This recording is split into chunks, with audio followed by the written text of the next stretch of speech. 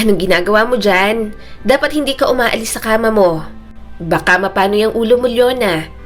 Saad ni Roxanne. Napatingin si Serena kay Roxanne, ang nagpakilalang kaibigan niya simula nang magising siya mula sa aksidente.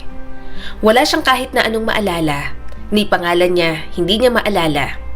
Pero ang hindi niya alam, siya naman talaga si Serena. Dahilan kung bakit hindi pamilyar sa kanya ang pangalang tinutukoy ng mga taong nasa paligid niya. Leona! Tawag muli sa kanya ni Roxanne.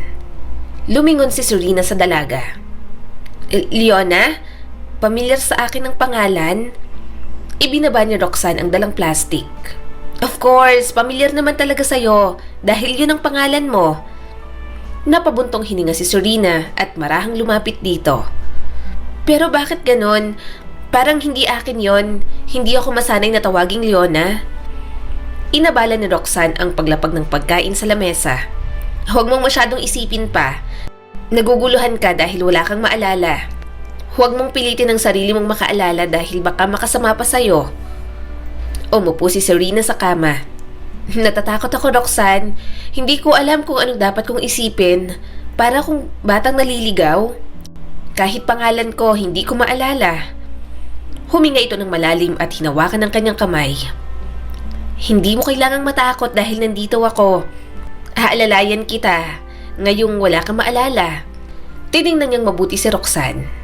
Maaliwalas ang aura ng dalaga, kaya medyo magaan ang kanyang kalooban. Gayunpaman, hindi pa rin siya lubos na magtiwala dahil kahit ito, hindi niya rin naman matandaan.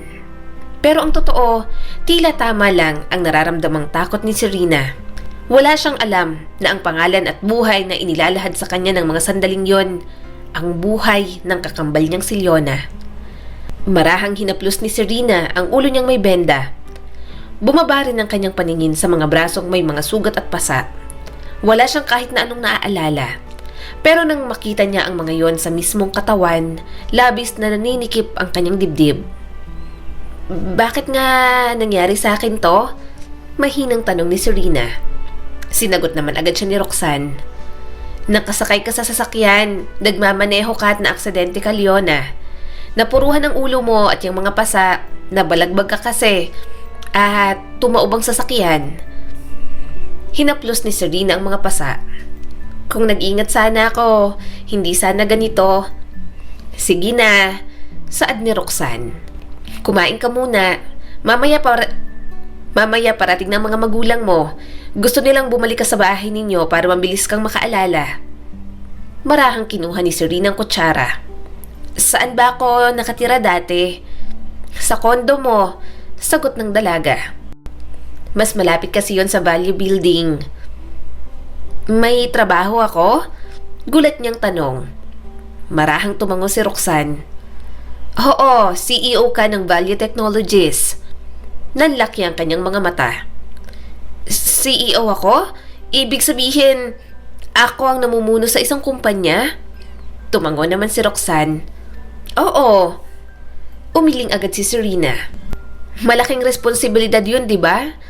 Sa mga drama, hindi ba kapag mga CEO, mukhang may time pa sa love life at kung ano-ano pang aspeto ng buhay? Pero kapag real life na, busy naman talaga at halos wala ng time. Nangingiti naman si Roxanne. Mahilig kang manood ng drama? Natigilan si Serena at napasinghap. Oo? Hindi ba ako nanonood ng drama dati? Mahinang tumawa si Roxanne. Magkaiba nga kayo. Hindi niya narinig ang sinabi nito. Ha? Ano yon? Umiling lang ang dalaga at ngumiti. Wala naman. Baka nanonood ka nga ng drama during free time mo. Hindi naman kasi ako mahilig doon, kaya baka hindi mo ako inaaya sa ganoon. Sandali siyang nag-isip. Hindi ko naman alam kung hobby ko talaga yon. Binuksan ko kanina ang TV at natutuwa ako. Parang lagi kong ginagawa yun dati. Alam ko mahilig akong manood ng drama. Pero bakit ganun? Pero yun lang, sa lahat ng sinasabi mo sa akin at mga nakikita ko, ito lang ang naging pamilyar. Hindi ko maalala ang pangalan ko at ang mga bagay tungkol sa akin. Bakit ganun? Sumagot naman agad si Roxanne. Sabi ng doktor, dissociative ang klase ng pagkawala ng alaala mo.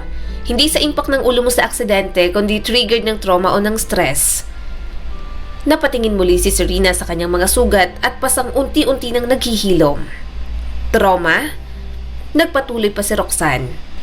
Makakalimutan mo raw ang mga personal information mo, kadalasan tungkol sa pagkakakilanlan mo o nakaraan mo.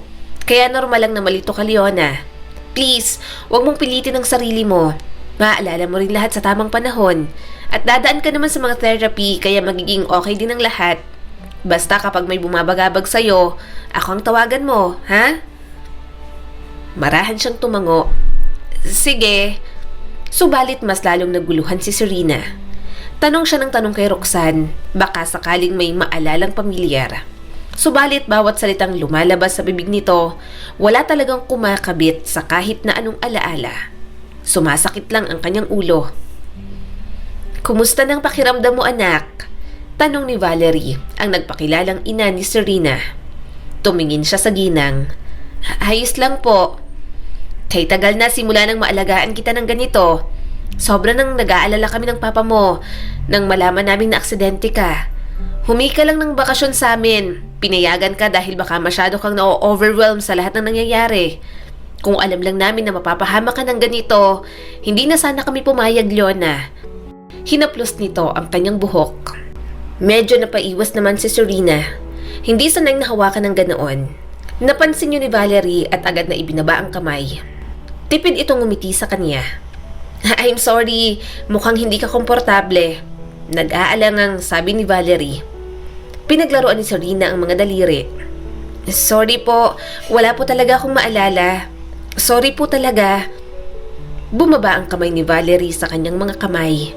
Pinaghiwalay nito yon at pinirmi sa kanyang kandungan. Kahit ang kanyang pagyuko, itinama rin ito. Taas noo palagi, Leona. Walang valye ang palaging nakayuko. Tandaan mo yan. Malumanay na sabi nito. Marahan naman siyang tumango kahit hindi siya sanay. Sa obserbasyon ni Serena, parang alam ng lahat na may confidence siya sa sarili. Pero pakiramdam niya, wala naman siyang ganoong katangian. Habang pinagmamasdan ni Serena kanina ang malaking family picture ng mga Valya sa sala, naninibago siya. Tiningnan niyang mabuti ang kanyang sarili. Pero kahit anong isip ni Serena, wala talaga siyang maalala.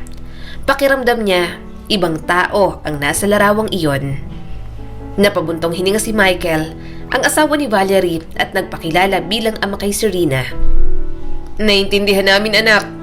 Hindi mo kailangang humingi ng tawad, Leona. Alam namin na hindi mo ginusto ang nangyari sa'yo. At huwag kang mag-alala. Kami muna ng mama mo ang mamamahala sa kumpanya hanggang hindi pa bumabalik ang alaala mo. Sana makarecover ka agad. Inilapit ka agad namin sa magagaling na doktor. Sana bumalik na ang dating Leona. Sinaway naman ni Valerie ang asawa nito. Michael, saka na muna sabihin sa kanyang tungkol sa kumpanya. Binilin sa atin ng doktor. Baka masyado nating ma-stress ang utak niya at hindi na lalong makaalala. Huwag natin siyang biglain. Bakas ang pag-aalala sa mukha ni Michael. Pero, paano ang engagement party? Kailangan pa rin matuloy yun. Nakakaalala man o hindi si Leona, kailangan pa rin matuloy ang engagement at merging natin sa mga De La Cuesta.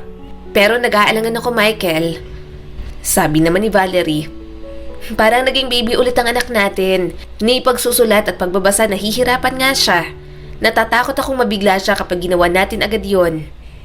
Pero mas magandang kasama niya na si Aidan. Mas maganda kung habang nasa recovery stage pa si Leona, nandiyan na si Aidan. Para alam niya kung paano aalalayan si Leona sa kondisyon ngayon. Kaya mas magandang tuloy pa rin ang engagement. Hindi na mapigilang makisabat ni Serena. Engagement party? Ano po ba yon? Napatingin sa kanyang ginang. Leona, bago ka maaksidente, may engagement party na dapat na magaganap. Ngayon, iniisip namin na dapat na yung matuloy. Kailangan mo nang magpakasal kay Aidan. Pero hindi ka naman namin minamadali. Tumango naman si Michael. Tama ang mama mo, Leona. Mas maganda kung makilala mo si Aidan, ang fiancé mo, habang wala kang naaalala. Hindi rin natin alam kung hanggang kailan tatagal ang kondisyon mo at hindi naman natin pwedeng hintayin yan. Napalunok si Serena. Na-overwhelm siya sa sinasabi ni na Valerie at Michael. Ikakasal na pala dapat siya. Hindi niya masyadong maintindihan ang lahat pero pamilyar siya sa pakiramdam ng may asawa. Napatingin siya sa kanyang palasingsingan. Walang singsing roon, pero nandun ang bakas na may dati siyang sinusuot. Tipid siyang ngumiti sa mga ito. Kayo po ang bahala. Okay lang po sa akin. Ayoko naman po na parating tumigil din ang mundo ng mga tao sa paligid ko dahil lang po sa kondisyon ko. Namungay ang mga mata ni Valerie. Anak, okay lang po talaga. Marahan niyang sambit. Maraming salamat po sa pag-aalala sa akin. Mahina namang tumawa si Valerie. Oo naman, Leona. Anak, normal lang na mag-alala kami sa'yo dahil magulang mo kami. Kahit mahalaga sa amin ang merging ng kumpanya at engagement nyo ni Aidan, gusto pa rin namin kung anong makakabuti sa'yo. Tinignan ni Serena ang ginang. Hindi talaga siya sanay na may taong nag-aalala at nag-aalaga sa kanya ng ganoon. Kaya pakiramdam niya, parang kailangan niyang ipagpasalamat iyon. Sa mga lumipas na buwan, dumalo na nga si Serena sa mga therapy sessions. Naalala niya na muli ang mga normal na skills na kanyang alam. Subalit ang mga alaala simula pagkabata hanggang aksidente, wala pa rin siyang maalala. Sabi ng doktor sa kanya, normal lang daw yon sa kondisyon niya. Kusang babalik kapag may mga nakakapagpa-trigger na mga alaala. Mabait bang fiancé ko, Roxanne? Tanong ni Serena. Lumingon sa kanyang dalaga. Hindi ko alam pero rinig ko tungkol kay Aidan. Workaholic din daw katulad mo. Matalino at reasonable sa maraming bagay. Yun nga lang, masungit at medyo mataas ang confidence sa sarili. To the point na ang yabang na raw. Yun ang pagkakarinig ko ha. Pero makikilala mo naman siya kaya don't worry. Hinaplos ni Serena ang kanyang palasinsingan. Ibig sabihin, hindi pa kami nagmi-meet? Siya lang ba ang naging boyfriend ko? Natigilan na si Roxanne sa pagtatype sa laptop nito. Wala kang naging boyfriend dati since pinagbabawalan kanina Tita Valerie at Tito Michael. Masunurin ka naman kahit medyo pasaway ng palihim, Leona. Sa case ninyo ni Aidan, fiancé mo siya dahil sa mga negosyo ng pamilya mo. Pero sige, pwede mo na nga siyang makonsider as boyfriend mo na. Bakit? Kinakabahan ka ba? Medyo. Sabi kasi ni na mama at papa pagkatapos ng engagement party, dito raw sa amin tutuloy si Aidan para naman daw magkakilala kami ng lubusan. Ang orihinal na plano, dapat daw ay ako ang titira sa mga De La Cuesta. Pero dahil nga wala akong maalala, dito ako sa amin kasi dito ako lumaki sa bahay na to. Kaso kahit isa, wala talaga akong maalala. Napabuntong hininga si Roxanne. Pinipilit mo na naman ba ang sarili mo? Leona, please, huwag mong pilitin. Babalik din niya sa tamang panahon. At Roxanne, may singsing ba ako dati? Bakit may bakas ng singsing sa daliri ko? Tanong pa ni Serena. Dumaan naman ang kaba sa mga mata ni Roxanne. Yan ba? Ano lang yan? May favorite ka lang na singsing na hindi mo talaga hinuhubad dati. Hindi ko alam kung nasaan. Baka nawala pagkatapos ng aksidente. Marahan na lamang tumango si Serena. Baka nga masyado niya lang pinipilit ang sarili na makaalala. Pakiramdam niya, malayo ang lahat ng mayroon siya sa sandaling yon, sa buhay na mayroon siya noon. Iniisip niya pa nga na parang ibang tao siya at hindi naman talaga si Leona. Alam mo, Roxanne, hindi ko alam kung bakit pakiramdam ko may asawa ako. Parang sanay ako na may asawa, kaya nagulat ako nang sinabi nila sa akin na fiancé ko pala si Aidan. Naisip ko pa nga na wedding ring ang dating nakalagay dito sa daliri ko, sabi ni Serena. Pero sa tuwing iniisip ko yon, hindi ko alam kung bakit nalulungkot ako, natatakot at bigla na lang akong naiiyak. Hinawakan ni Roxanne ang kanyang kamay. Huwag mo nang isipin yun baka naman kaya pakiramdam mo, sanay ka na may asawa kasi alam mo na simula pa lang, ikakasal ka sa taong gusto ng mga magulang mo para sa'yo. Baka sa isip mo kahit nang hindi mo pa nakikilala si Aidan, naset mo na yon na kailangan maging asawa mo siya, Leona. Alam kong matagal mo na rin namang pinaghandaan ng pag-aasawa at pagkakaroon ng pamilya. Kahit bago ka pa maaksidente, desire ng puso mo na akala mo natupad na pero naputol muna dahil sa nangyari sa'yo. Marahang tumango si Serena. Baka nga ganun lang yon. Pasensya na, wala na talaga akong mapagsabihan. Marami lang talaga akong iniisip. Ngumiti naman agad si Roxanne. Okay lang, masaya akong sa akin ka nagkukwento. Huwag kang mag-alala, magiging okay din ang lahat. Isipin mo rin sana na maraming taong nagmamahal at gustong pumurotekta sa'yo. Napailing si Serena. Mas lalong nagiging magulo ang isip. Wala siyang ideya sa lahat. Hindi naman nga siya si Leona. Wala siyang kaalam-alam na tama lang lahat ng mga nararamdaman niya. Walang kakalabit na alaala dahil hindi naman nga doon lumaki si Serena. Ready ka na ba, anak? Darating na si Aidan at ang mga de la Cuesta. Bahagyang inayos ni Valerie ang buhok ni Serena. Napabuntong hininga siya. Medyo kinakabahan po ako. Baka maging weird po ang tingin nila sa akin. Umiling si Valerie at malumanay ng umiti. Wala kang dapat ipag-alala. Alam na nila ang kondisyon mo, so dadahan-dahanin ka na lang muna nila. Isa pa, ilang beses mo na rin namang namit ang mga de la Cuesta, Leona.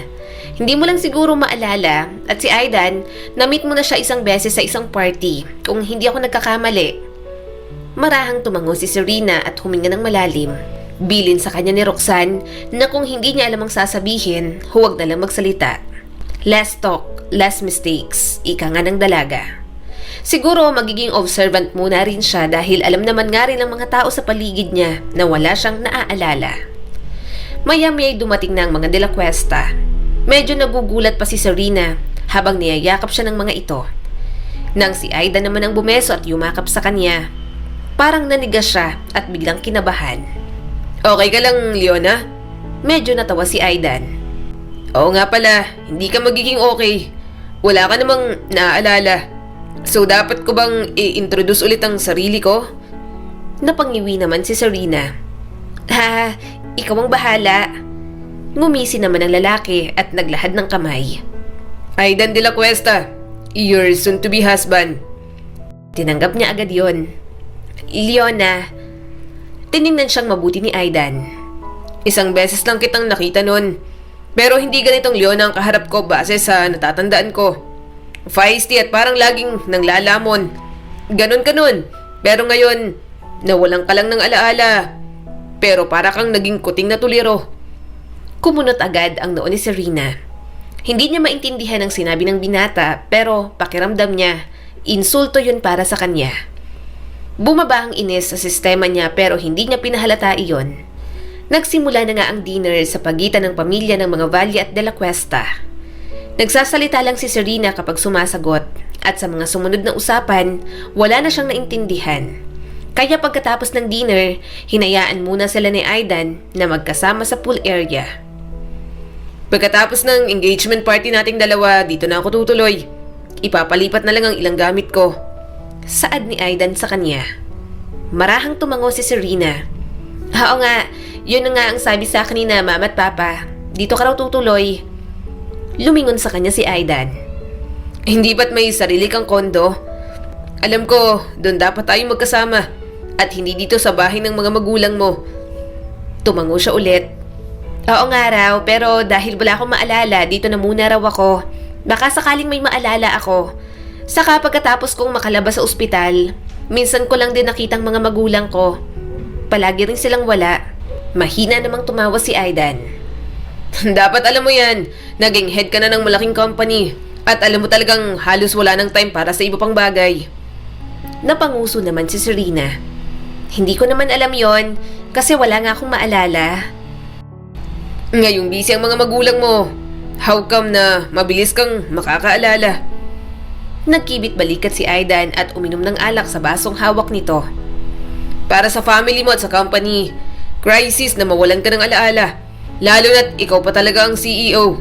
Pero kung sa akin, okay lang naman kung wala kang maalala. Total, kahit isang beses lang tayong nag-meet nun, estranghero pa rin tayo sa isa't isa. Tipid siyang napangiti. Ibig sabihin, bagong alaalang magagawa ko pagdating sa'yo. Tinitigan siya ni Aidan pero mabilis ding umiwas ng tingin. Ganun na nga. Pero kapag tumutuloy ako rito, sa kwarto mo ba ako matutulog? Nanlaki agad ang mga mata ni Serena. Hindi.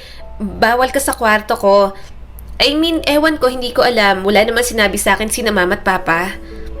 Humalakak naman si Aidan. Kailangan pa ba yung sabihin ng mga magulang mo? Dapat tayong dalawang nagdedesisyon sa bagay na yon. Napaatras si Serena nang humakbang ito palapit. Hindi ko alam pero ang alam ko hindi ka sa kwarto ko. Kasi may hinanda naman sa iyong kwarto. Okay ka na ron, malaki na yon. Nang wala nang maatrasan, napayuko na lang si Serena. Hindi niya kayang salubungin ang tingin ng binata. Hindi niya alam kung bakit gano'n na lang ang kaba niya sa harap nito. Hindi lang siguro sanay si Serena na matitigan ng ganong katagal ng isang tao na halos kakikilala niya pa lang. Mahina niya itong itinulak. Pwede bang lumayo ka? Bumaba ang tingin ni Aidan sa mga kamay ni Serena na nasa dibdib nito. Bakit naman ako lalayo? Fiancé mo na ako. Nakalimutan mo na? Napakagatlabi si Serena at agad na ibinaba ang mga kamay. Naiilang ako. Hindi ako komportable na ganito tayo kalapit. Pasensya na. Muli itong humalakhak at inilapit ang bibig sa kanyang tenga. Ang honest mo. At parang ang bait-bait mo. Ang alam kong Leona, hindi nagpapatalo at hindi magpapakita ng kahinaan kahit kanino. Hindi ko alam kung anong gugustuhin ko. Ang Leona ba na na-meet ko 4 years ago?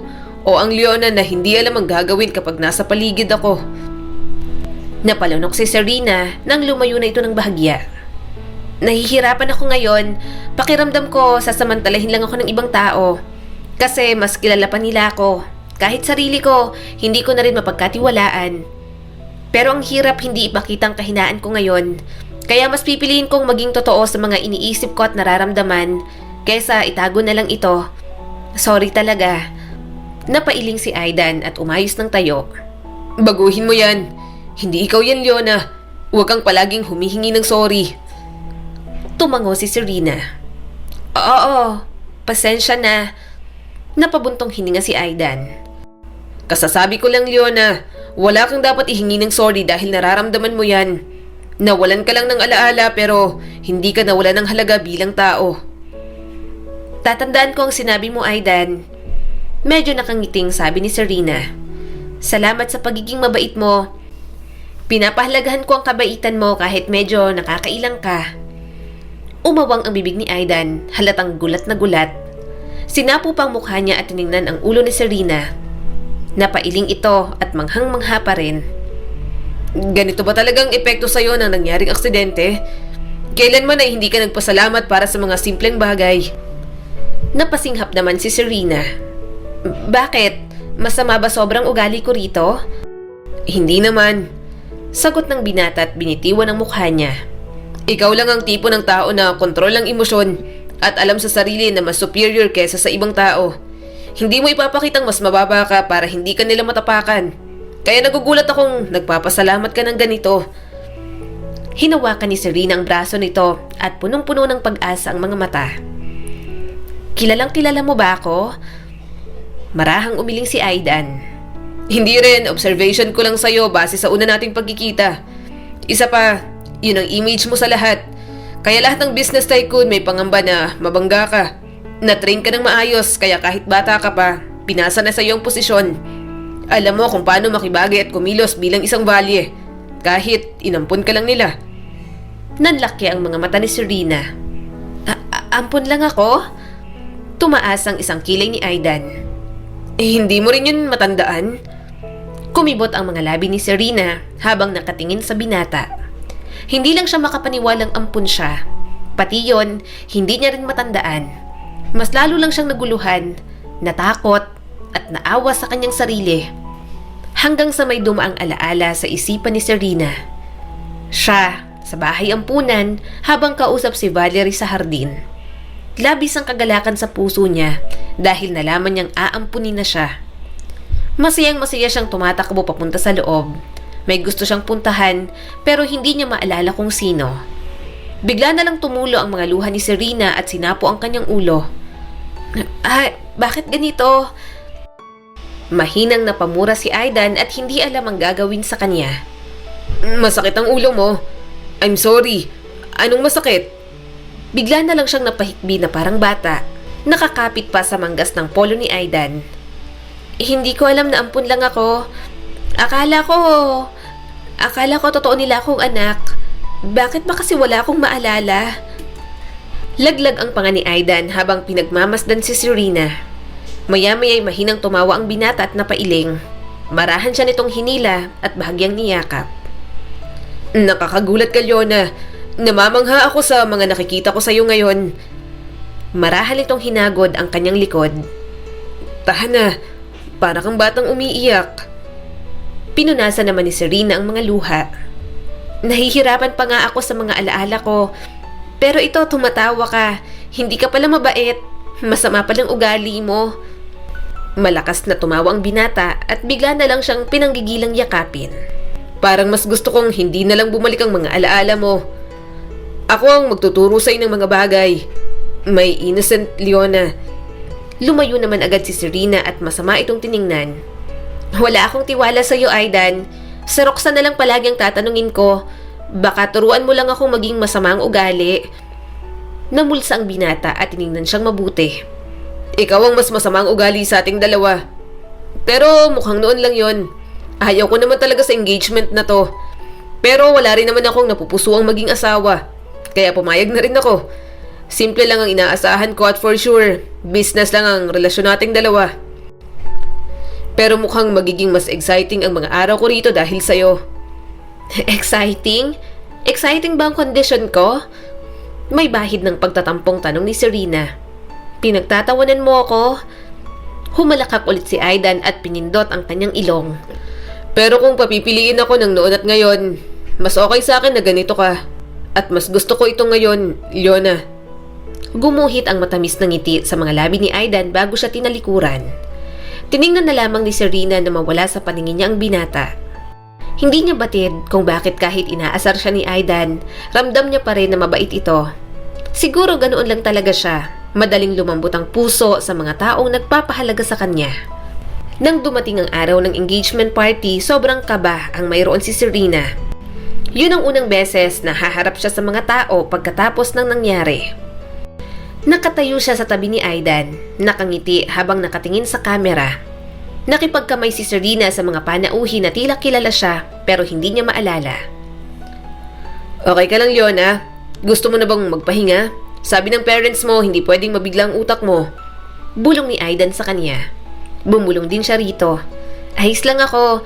Magsasabi agad ako kapag sumama ang pakiramdam ko. Matamis naman itong umiti at umayos ng tayo.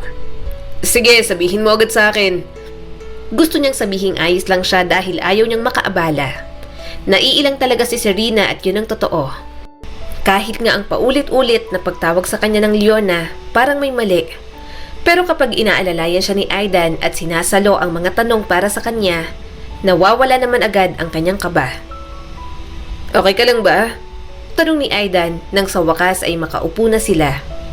Napakurap si Serena. Oo, ayos lang ako. Sumandal si Aidan sa upuan at ipinatong ang isang braso sa sandalan habang nakatingin sa kanya. Hindi naman sumasakit ang ulo mo? Napabuntong hininga si Serena. Medyo na-overwhelmed lang ako. Nakita ko nga kaya inaya na kitang umupo muna at magpahinga. Kung naiilang ka, hindi na tayo babalik doon. Sambit ni Aidan. Salamat. Aidan, pwede ba tayong mag-usap? Tumingin siya sa binata. Nagtaas ito ng kilay, halatang naiintriga. Nag-uusap na naman tayo. Ano bang meron? Nag-alinlangan si Serena pero sinabi niya pa rin. Pwede bang wag mo akong tawaging Leona? Natigilan saglit si Aidan. Ano? Bakit naman ayaw mong tawagin ka sa pangalan mo? Para kasi hindi ako yon. Hindi ko maintindihan itong nararamdaman ko. Ni hindi nga ako lumilingon kapag tinatawag niyo akong Leona. Hindi ko alam kung bakit. Mahinang pag-amin ni Serena. Marahang tumango si Aidan. Naintindihan naman kita. May sakit ka ngayon. Normal naman siguro na maramdaman mo yan dahil sa kondisyon mo. At hindi na rin naman bagay sa iyo ang pangalang Leona. Kalmado, mahinahon at nakikita ko na ngayon ang kahinaan mo. Wala nang mabagsik na Leona na nakilala ko nun. Napabuntong hininga si Serena. Dapat ba akong matuwa na nagbago na ako? Hindi ba parang ang hirap maging mahina? Lalo na ngayon, hindi ako pamilyar sa paligid na mayroon ako. Namungay ang mga mata ni Aidan. Okay lang, kaya naman kitang protektahan. Marahang bumaling ang ulo ni Serena sa binata. Hindi niya alam kung bakit parang hinaplos ang kanyang puso roon. Para siyang may naabot na pangarap na hindi maabot-abot noon. Tila matagal niyang hinangad ang proteksyon at maligtas sa isang sitwasyon na hindi niya naman maalala kung ano. Napangiti si Serena. Gusto ko yun, Aidan. Gusto ko na may pumoprotekta sa akin. Hindi ko alam kung bakit.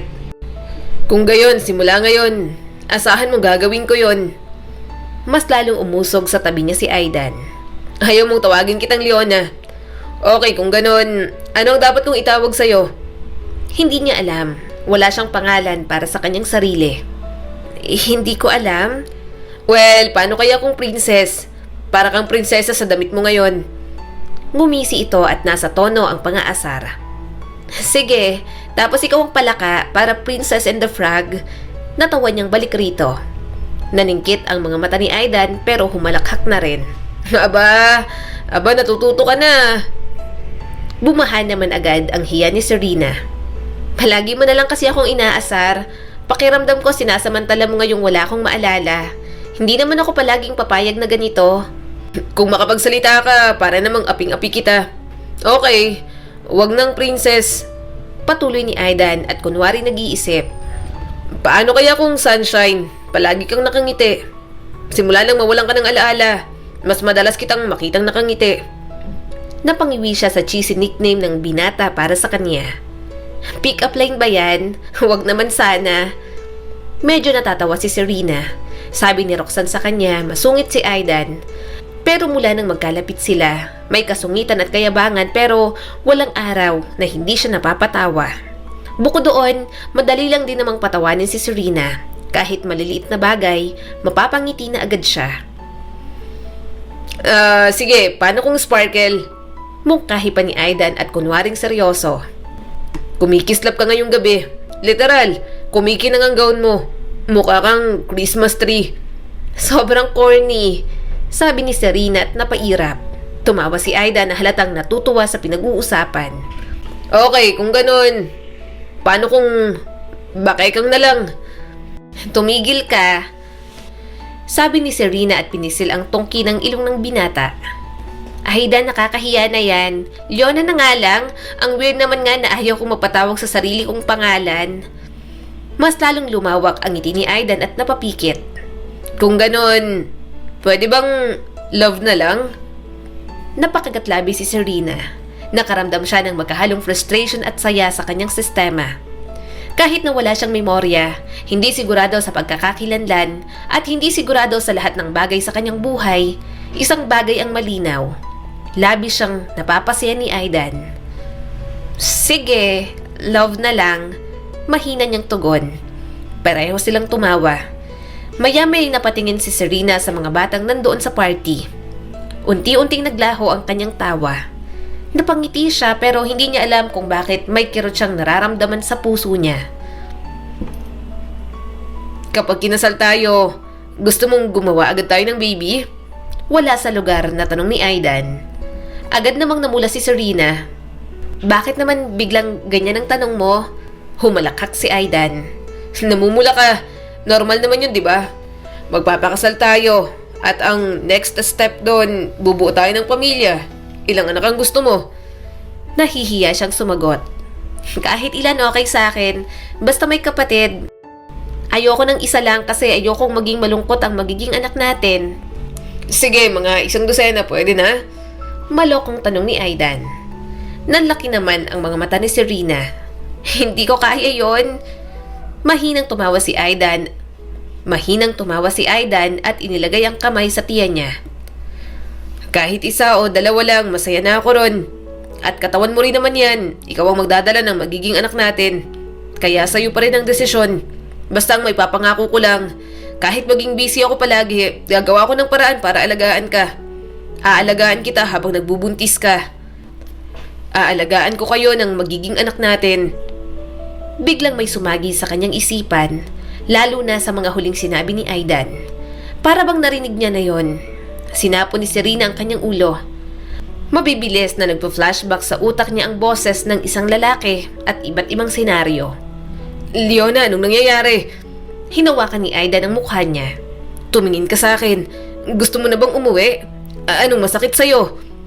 Walang maintindihan si Serena sa mga sinasabi ng binata. Napatingin siya sa umiiyak na bata. Nadapa ito at nagkaroon ng malaking sugat ang tuhod. Nang makita niya na may pulang likido roon at tumakbo ang mga tao para sa bata, sunod-sunod na bumuhos ang ilang alaala kay Serena. Nakita niya ang sariling nahuhulog sa hagdan. Maraming pulang likido ang tumutulo sa kanyang hita. Iyak siya ng iyak. Mayroon din na nagising na lang siya na ganoon pa rin ang nangyayari. Ang isa naman, nakahandusay siya sa kalsada habang tinatanaw ang papalayong sasakyan. Magkakaibang kaganapan, pero iisa at paulit-ulit lang ang nararamdamang sakit, pighati at pagkawala. Leona, anong nangyayari? Sinalo siya ni Aida nang mahulog siya sa upuan. Sinapo niya ang kanyang ulo. Napapikit si Serena at biglang napasigaw. Hindi niya kayanin ang sakit. Naramdaman niyang binuhat siya ni Aidan. Ang sasakyan! Bilisan nyo! Nasaan ang sasakyan? Tulong! Tulungan niyo ako! Umiiyak niyang sabi. Halatang nasa gitna pa rin ng mga alaalang yon. Natatakot ako. Nandito lang ako, love. Bulong sa kanya ni Aidan. Dadalhin na kita sa ospital. Yon ang huling narinig ni Serena bago mawala ng malay. Nagising na lang si Serena na nasa ospital na siya. Muli siyang napapikit at sinapo ang kanyang ulo. Tiningnan niyang paligid at tanging nandoon lang ay si Aidan. Mukhang nakatulog na, kababantay sa kanya. Maya-maya bigla itong nagising. Mabilis na tumayo si Aidan at lumapit agad sa kanya. Kumusta ka? Anong pakiramdam mo? Gusto mong tumawag ako ng doktor? Umiling si Serena at tipid ng umiti. Okay lang ako. Anong ginagawa mo rito? Nasaan sina mama at papa? Napabuntong hininga si Aidan at hinawakan ang kanyang kamay. Nandito sila kanina pero pinilit na muna naming umuwi. Nang sinabi ng doktor na pwede ka na rin namang ma-discharge bukas. Kailangan din kasi nila ng pahinga. Mabuti naman makakauwi na ako bukas. Nakangiting sabi ni Serena. Inilapat ni Aidan ang mga labi nito sa kanyang kamay. Sobrang nag-aalala at natakot ako kanina. Naninikip ang dibdib ko habang pinagmamasdan kang nahihirapan. Wala akong magawa. Hinaplos ni Serena ang mukha ng binata. Hindi mo kailangan mag-alala. Okay lang ako. Pinakita ni Serena na okay siya. Pero nang makatulog sa kanyang tabi si Aidan, hindi siya mapakali. Naguguluhan siya sa mga kaunting alaala kanina. Hindi siya sigurado at parang pira-piraso ang lahat ng yon. Gayunpaman, pagkatapos ng pangyayaring yon, hindi na muling nasundan pa. Ilang buwan na rin ang lumipas pero wala pa rin talaga siyang maalala. Ayaw nang pilitin ni Serena na makaalala. Baka may mangyari na namang masama sa kanya. Nang araw na yon, nagbasa muna siya ng libro na pinahiram sa kanya ng kasambahay. Nakita niya kasing parang tuwang-tuwa ang dalaga sa pagbabasa. Naiengganyo si Serena na basahin yon. Nasa library siya kasama si Aidan na abala naman sa trabaho nito. Gayunpaman, nang nasa sunod na pahina na si Serena, ang takbo ng kwento ay biglang bumaling sa isang eksenang puno ng matinding eksena ng pag-iibigan. Bahagya siyang namula at mahinang tumikhim. Nagiinit ang mukha ni Serena at hindi siya mapakali sa kanyang upuan. Hindi siya estranghero sa romansa kahit wala naman siyang naaalala. Bahagyang kumunot ang noo ni Aidan nang mapansin ang pamumula ng mukha niya at ang pagkagat sa labi. Leona, okay ka lang? Mabilis na isinara ni Serena ang libro. Oo, ayos lang naman ako, Aidan. Ngunit hindi kumbinsido si Aidan. Tumayo ito at naglakad papalapit sa kanya. Puno ng kuryosidad ang mukha nito, para pang ang inaakusahan siya. Sigurado ka ba? Hindi ka mukhang okay. Mahinang sabi nito at ipinatong ang mga kamay sa lamesa. Sabi ko, ayos lang ako. Ulit ni Serena, sinusubukang maging mas kapani-paniwala. Sige na, balik ka na sa trabaho mo. Bumaba ang tingin nito sa libro na kanyang hawak. Patingin ng librong binabasa mo. Humigpit ang hawak ni Serena sa libro. Hindi, Aidan. Hindi mo naman to alam. Kwento lang to. Mas mahalagang trabaho mo. Sige na, balik ka na sa harap ng laptop mo. Ngunit sa kabila ng kanyang mga protesta, nakuha pa rin ni Aidan ang libro. Kahit anong higpit ng hawak ni Serena, nakuha pa rin talaga ng binata. Binuksan ito ang libro kung nasa ng bookmark. Kumunot ang noo ni Aidan at kumislap ang kaunting pagkayamot. Eto, sabi ni Aidan, medyo nakasimangot pa. Kung gusto mong matuto ng ganito, Bakit hindi mo ako tanungin? Ako ang fiancé mo. Kung curious ka, ako ang tanungin mo. Hindi mo kailangang basahin ang ganitong uri ng libro. Bahagi lang naman ng plot yan. Mabilis at defensive niyang sagot. Mukhang hindi kumbinsido si Aidan at humakbang palapit. Ganun ba? Sinasabi mo sa akin na kwento lang to. Pero grabe ang pumumula mo. Ano naman ngayon? Alam ko kung sino ako, Aidan. Mariin niyang sabi. Kahit na wala akong maalala, hindi ako estranghero sa ilang bagay. So, sinasabi mong natutunan mo ang tungkol sa mga bagay na to mula sa ibang tao? Baka sa boses nito ang inis. Nanlaki ang mga mata ni Serena at napatayo. Ano? Hindi. Ngunit bago niya matapos ang kanyang pangungusap, humakbang muli si Aidan palapit sa kanya. Well, fiancé mo na ako ngayon. Kaya trabaho ko na turuan ka, Serena. Hindi ilang libro, hindi ibang tao. Wala lang naman kasi yan. Giit pa ni Serena. Binitiwan ni Aidan ang libro at hinapit ang kanyang bewang. Love. Umiwas siya ng tingin. Anong ginagawa mo, Aidan? Pero hinawakan ni Aidan ang kanyang baba. Sa akin lang ang tingin. Walang salitang nagtagpo ang kanilang mga labi sa isang maalab na halik. Tila ramdam ni Serena sa sarili niyang hindi yun ang unang beses. Subalit nang ginawa sa kanya yun ni Aidan, tila naging bagong tao siyang muli. At habang magkayakap sila, napagtanto ni Serena na kung minsan ang mga pinaka-nakakabighaning kwento nakasulat lamang sa malalambing na bulong ng sarili nilang mga puso. Subalit ang lahat sa buhay na mayroon si Serena at ang pagmamahal ni Aidan, hindi naman talaga sa kanya.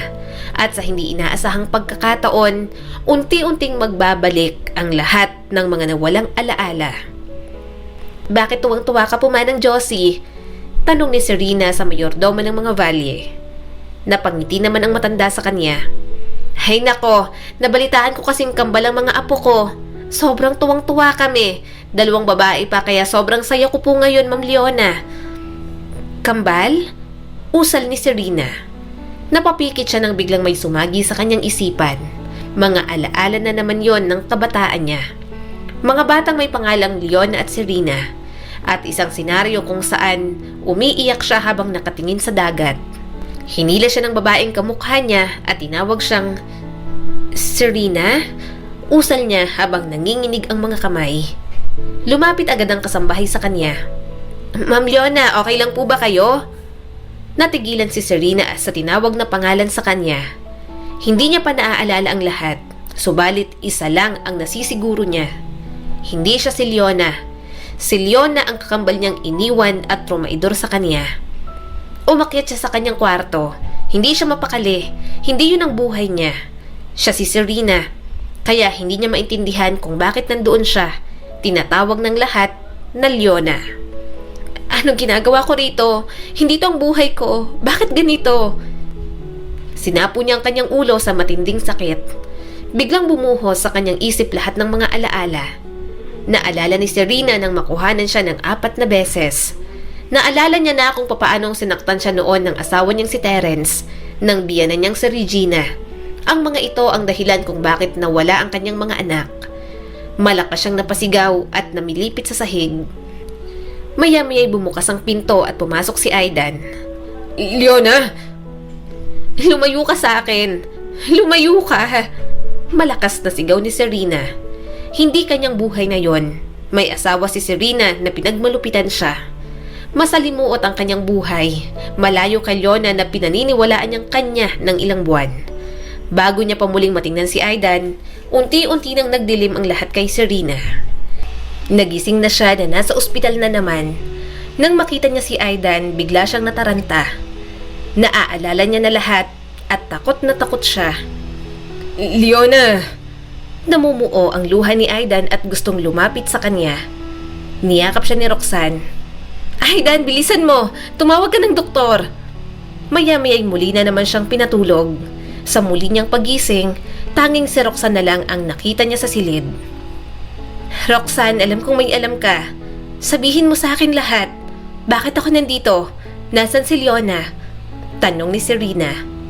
Napabuntong hininga ang dalaga. Nagpanggap si Leona bilang ikaw. Nandun siya sa mansyon ng mga Quintero. Ano? Bulalas ni Serena at bumaha agad ang takot at pag-aalala. Hindi siya pwedeng pumunta ron. Baka kung anong gawin sa kanya ni Terence. Huminahon ka. Please. Tatawagan ko si Leona. Huminahon ka. Baka makasama yan sa'yo. Saad ni Roxanne. Sa ngayon, please umayon ka muna sa plano. Magpanggap ka na munang wala kang naaalala. Baka magtaka ang mga magulang mo at si Aidan. Nang maalala ni Serena si Aidan, hindi niya na napigilan ang mga luha. Kung kailan mahal niya ng binata, saka naman niya naalala ang lahat. Hindi siya si Leona. Bukod doon, may asawa na rin siya. Kapag nalaman niyo ni Aidan, tiyak na masasaktan ito. Love, okay ka na ba? Mahigpit siyang niyakap ni Aidan nang makauwi. Sobrang natakot ako nang pinagtabuyan mo ako. Huwag mo na ulit gagawin yun ah. Hindi ko kaya, Leona. Hindi ko kaya. Lumandas ang luha sa pisngi ni Serena. I'm sorry kung nasaktan kita. Pero itong tatandaan mo ha. Mahal kita, Aidan. Natutunan kitang mahalin. Mahal na mahal kita. Salamat sa pagpapahalaga mo sa akin.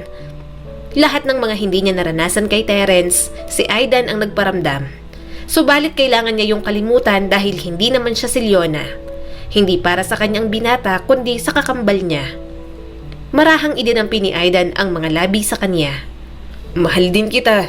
Huwag mo na ulit gagawin yun. Pagkatapos ng araw na yon, inasahan na ni Serena na hindi na muling makikita si Aidan. Kailangan niyang harapin ang katotohanan, kailangan niyang ayusin ang buhay niya, at mas nagkaroon siya ng lakas ng loob nang tulungan siya ng kakambal na si Leona. Nakipagpalit na muli si Serena kay Leona. Katatapos lang ng libing ng kanyang papa na si Senyor Gregorio. Nagluluksa siya pero sa mag-inang Regina at Terence, hindi man lang yun nakita ni Serena. Tulungan na kita? Nakangiting sabi sa kanya ni Naomi at nagbibida-bida na naman sa kusina. Matama niyang tiningnan si Naomi. Matagal nang alam ni Serena na traidor ang kanyang best friend. Ito ang kabit ng kanyang asawa at nang mawala ang senyor, mas lalong pumapel sa mansyon na yon. Serena, wala pang lasa tong niluluto mo. Ano ba yan? Reklamo ni Naomi.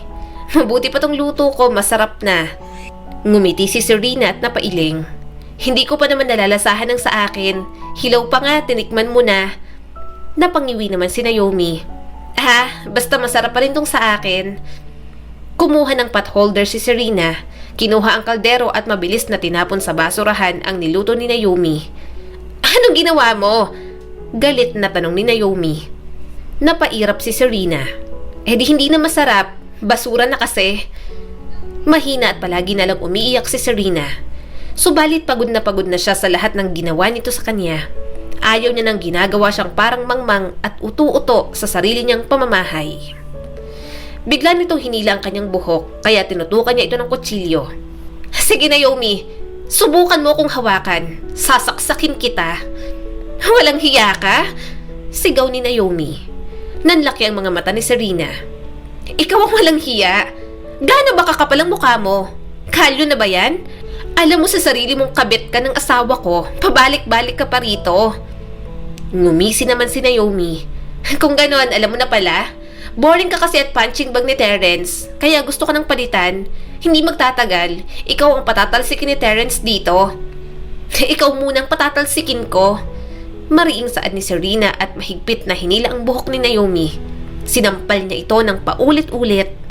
Malakas na napasigaw si Naomi at nagpumigla sa kanya. Bago pa sila makalabas ng kusina, dumating na si Terence. Nabitiwan niya si Naomi dahil sa mahigpit nitong hawak sa braso niya. Anong ginagawa mong babae ka? Gusto mo bang masaktan? Mariing tanong ni Terence. Nasasaktan na si Serena sa hawak ni Terence pero pilit niyang inabot ang isang kawali. Nang makuha niya yon, malakas niyang hinampas sa mukha ang kanyang asawa. Terence! Malakas na tawag ni Naomi nang dumaloy sa ilong nito ang pulang likido. Takot na takot ang mga kasambahay sa nangyayari. Napatingin si Serena sa lalaking naglapag ng pinamili ni Manang Ellen. Alam niyang isa yon sa mga bodyguard na kinuha ni Leona para sa kanya. Malamang ay nakahanda na ito sa oras na may gawin si Terence sa kanya.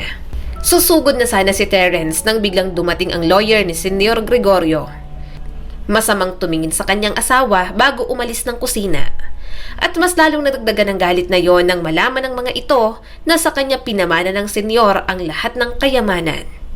Hindi pa makikinabang ang asawa ni Serena dahil bago sila kinasal noon, may agreement pa sila tungkol sa separation ng properties. Natatakot kasi noon si Regina, ang kanyang mother-in-law, na pera lang ang habol niya kay Terence. Pero ang nakakatawang pangyayari, sa kanya pala pinamana ng senyor ang mga kayamanan nito. "Kumusta?" tanong ni Leona sa tawag. "Galit na galit sila sa akin, Leona, nang malaman nilang sa akin ipinamana ni Papa ang kayamanan niya. Muntik na akong masaktan ni Terence." Imporma ni Serena sa kanyang kapatid. Sunod-sunod naman agad ang tanong ng dalaga. "Ano, okay ka lang ba? Binilinan ko ang mga bodyguards mo dyan. Nagpapanggap lang silang mga tauhan sa hasyenda. Kaya nilang makihalo at minamanmanan ka dyan." "Hindi niya ako nasaktan." Malumanay na sabi ni Serena. "Biglang dumating ang mga pulis. Hinuli siya. Ikaw bang may gawa nun?" Sumagot naman agad si Leona at mahinang tumawa. "Talaga? Nai-imagine ko na lang kung anong itsura ng siraulo mong asawa." "Oo, ako ang may gawa nun. Nag-report na ako sa mga pulis kasama ang mga ebidensya na sinasaktan ka niya." "Huwag kang mag-alala, sunod na ang kabit niya. Ang abogado ko nang bahala. Satisfied ka na ba?" Napabuntong hininga na lang si Serena. Gusto niya nang matapos ang lahat ng gulo. Gusto niya nang mamuhay ng payapa. "Huwag kang mag-alala.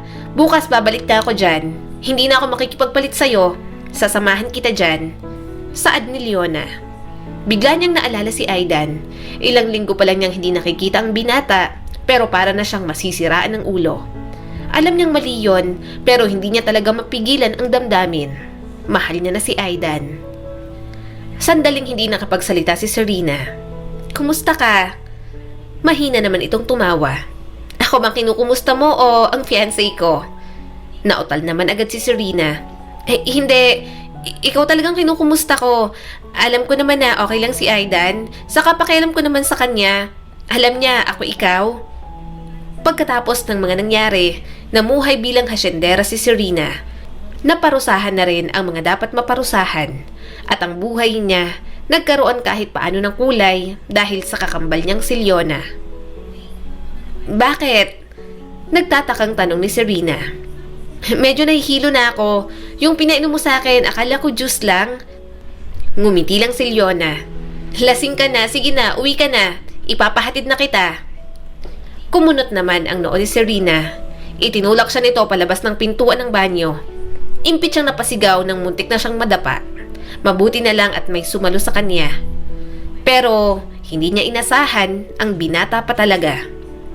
"Aidan?" usal ni Serena. Hinawakan ni Aidan ang kamay niya. Halatang galit habang hinihila siya palabas ng bar. Namalaya niya na lang na nasa hotel siya kasama si Aidan. "Magpahinga ka na. Bukas na tayo mag-usap kapag hindi ka nalasing." Saad ni Aidan. Umiling si Serena at tumayo. "Aalis na ako. Hindi ako pwede dito." "Leona!" bulalas nito. Hindi na nakapagpigil si Serena. Hirap na siyang itago ang totoo. Hindi naman kasi siya sanay magsinungaling. At kapag ipinagpatuloy pa nila yon, mas lalo lamang silang magkakasakitan ni Aidan. "Pwede ba, Aidan? Leona ka ng Leona. Hindi ako si Leona. Ako si Serena." Bumagsak agad ang mga luha niya. Natigilan naman si Aidan. "Ano bang sinasabi mo?" Umiling si Serena at umatras. "Hindi ako si Leona. Hindi ko intensyong magsinungaling. Nang mawalan ako ng alaala, nagising na lang ako na tinatawag niyo na akong Leona. Wala akong ideya. Wala akong matandaan. Hanggang sa maalala ko na lahat. Hindi ako siya. Kakambal ko yon. Ako si Serena. Hindi ako ang fiancé mo. Kung ang kakambal ko ang nandun, siya ang mamahalin mo at hindi ako." Mabilis na lumapit si Aidan. "Duda ako. Baka kung si Leona talagang kasama ko, baka hanggang ngayon, para lang sa negosyo ang pag-aasawa sa akin. Pero nang ikaw na, Serena, hindi yung negosyo sa akin. Ang importante, mahal mo ko at mahal kita. Wala akong pakialam. Sige, kung ikaw si Serena, edi ikaw. Ibig sabihin, mas sigurado ako na ikaw ang minahal ko at hindi si Leona." Umiling si Serena habang naninikip ang dibdib. "Hindi pwede. Si Leona ang fiancé mo at hindi ako." Alam ni Serena ang kalakaran ng dalawang pamilya. Magpapakasal ang dalawa para sa negosyo. Kaya hindi niya pwedeng sirain yon. "Wala akong pakialam." Pinutol agad ni Serena ang mga sinasabi nito. May asawa ako. Narinig mo ba? May asawa ako. 4 na beses akong nagkaroon ng anak pero 4 na beses ding nakunan. Please, tama na. Hindi ako ang babaeng nararapat para sa'yo. Hindi ako buo. Marami akong bagahe at masasamang karanasan sa buhay. I'm sorry. Pagkatapos ng gabing yon, hinayaan na siya ni Aidan na umalis. Nang makasakay sa taxi, napaiyak na lang si Serena. Hiwalay na sila ni Terence pero hanggang kasal sila, hindi siya matatahimik. Pero pumirma na naman siya ng annulment papers at mabilis na ang proseso, lalo na at may ginawa si Terence sa kanya. Ang ayaw niya lang mangyari, umurong si Aidan sa kasal kay Leona dahil lamang sa kanya. Sure ka ba talaga? Gusto akong makilala ng mga magulang mo? Tanong ni Serena at hindi makapaniwala. Napangiti si Leona.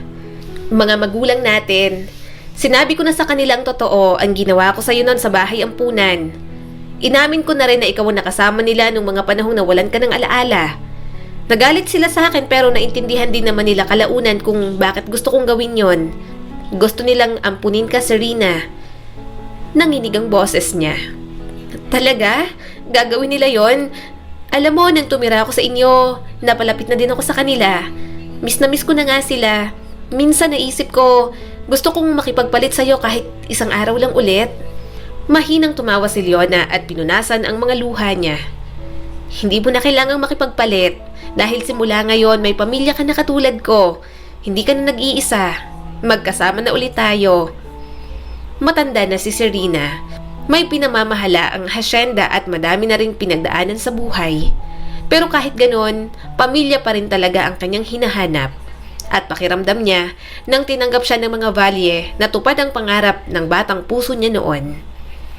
Pero teka, sabi ni Serena nang may mapagtanto.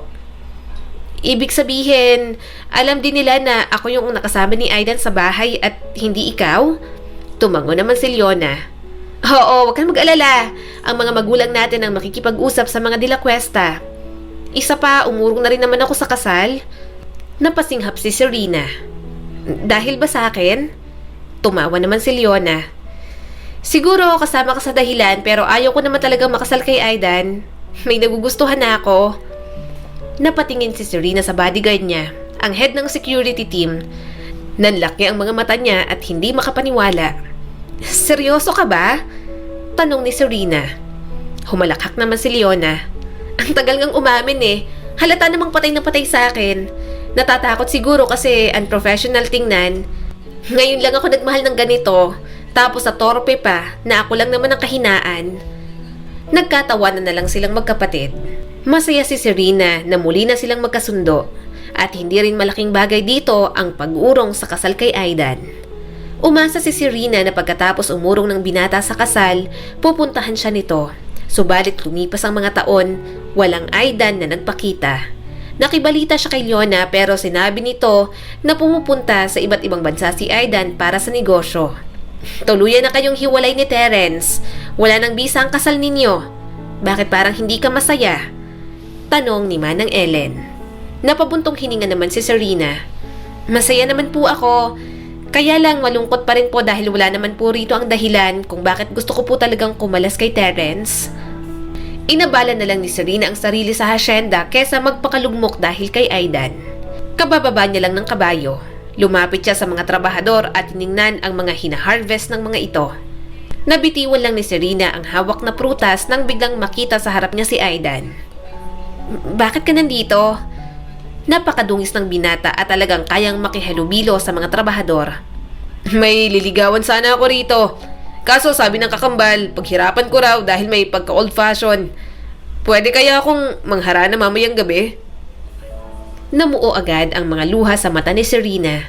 Mabilis siyang tumayo at niyakap ang binata. Bakit nagpapanggap kang tauhan dito? Baliw ka ba? Sana dumiretso ka na sa mansyon. Mahinang tumawa si Aidan. Hindi ako makapasok. Pinababantayan ako ng kakambal mo sa mga bodyguards mo. Sabi niya, kailangan ko munang maging alipin mo bago makapanligaw. Pinunasan ni Serena ang mga luha. Nakikinig ka pa ron eh, alam mo naman loka-loka yun. Napangiti naman si Aidan. Alam ko naman ginagawa niya yun kasi mahal na mahal ka ni Leona. Saka okay din naman. Nai-enjoy ko din naman maging tauhan dito. Mababait sila rito. Tutulungan nga raw nila akong mangharana sa'yo mamayang gabi. Sinapo ni Serena ang mukha ng binata. Mahal kita, alam mo yan. Hindi mo na kailangang manligaw. Bumulong sa kanya si Aidan. Kapag kinuyog ako ng bodyguards mo, ako munang protektahan mo ah. Mahina naman siyang tumawa at muling yumakap sa binata. Bakit ang tagal mo? Ang tagal kitang hinintay. Akala ko nagmahal ka na ng iba. Matagal din kitang hinintay. Marahang sabi ni Aidan. Hinintay ko lang na maanalang kasal mo bago bumalik. Hinintay ko rin na makarecover ka sa lahat ng nangyari sa'yo. At masaya akong maayos ka na talaga, Serena. Napangiting muli si Serena. Simula ng araw na yon, muli niyang nakasama si Aidan. Nagpakasal agad sila kahit na binabara at inaaway palagi ni Leona si Aidan, tinatawanan niya na lang. Kung hindi pa pipigilan ng asawa nito, hindi pa titigil sa pagtitrip kay Aidan. At 2 taon matapos ang kasal, biniyayaan sila ng isang anak. Salamat at pareho kayong safe. Punong-puno ng takot na sabi ni Aidan pagkatapos niyang manganak. Napangiti siya at napaluha nang marinig niya ang iyak ng anak nila ni Aidan. Para sa kanila, miracle baby si Serenity. At sa wakas, mararanasan niya ng maging isang ina. Sa lahat ng pinagdaanan, mga nawala at mga pagdurusang nadama, binigyan pa rin siya ng may kapal ng mga magagandang dahilan para magpatuloy at muling umasa sa buhay. Ang kwentong ito ni Serena ay nagpapaalala sa atin na kahit marami pa tayong pinagdadaanan sa buhay, huwag pa rin tayong sumuko.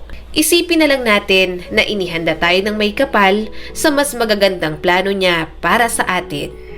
Muli, ito po si Skylar Guro at sana may bago na naman kayong natutunan sa kwento natin ngayon. Maraming salamat po.